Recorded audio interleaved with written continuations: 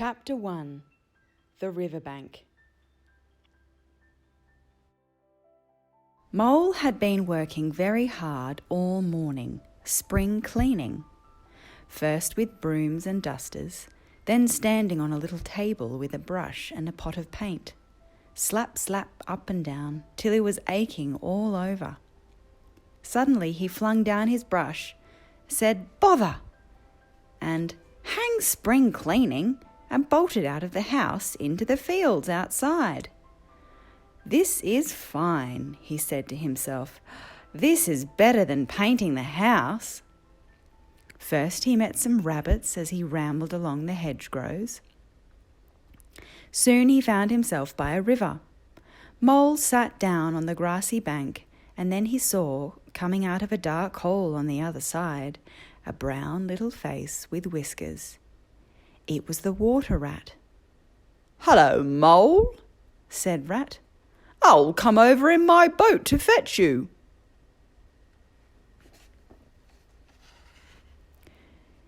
"Do you know, I've never been in a boat before in all my life," said Mole. "What?" cried Rat. "In that case, let's go down the river together and make a day of it." He quickly rowed back across the water with Mole. Rat popped into his hole in the bank and came staggering out a few moments later with a heavy picnic basket.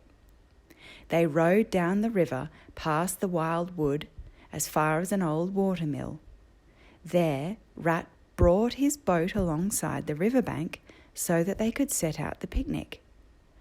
"Oh, what have we got?" asked Mole, who was hungry.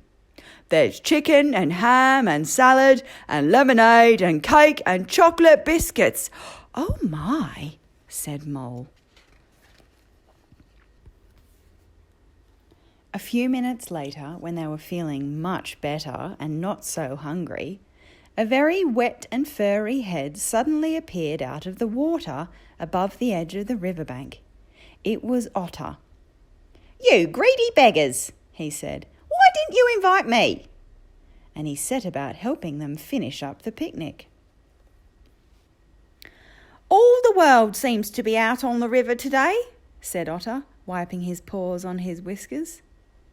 "Toad's out for one, in his brand new boat, and wearing his new boating clothes." Just then Toad flashed into view, rowing rapidly past the watermill. Rat stood up excitedly and waved to him, but Toad just shook his head and rowed on. By now they had eaten all the food. Otter was in the middle of telling them a story about Toad and beginning to feel a bit peckish again, when suddenly he saw a juicy mayfly. With hardly a splash, he was gone. So Mole and Rat packed up the picnic things and got back into the boat to go home. Rat was rowing gently along when Mole said, "Ratty, please, I want to row now."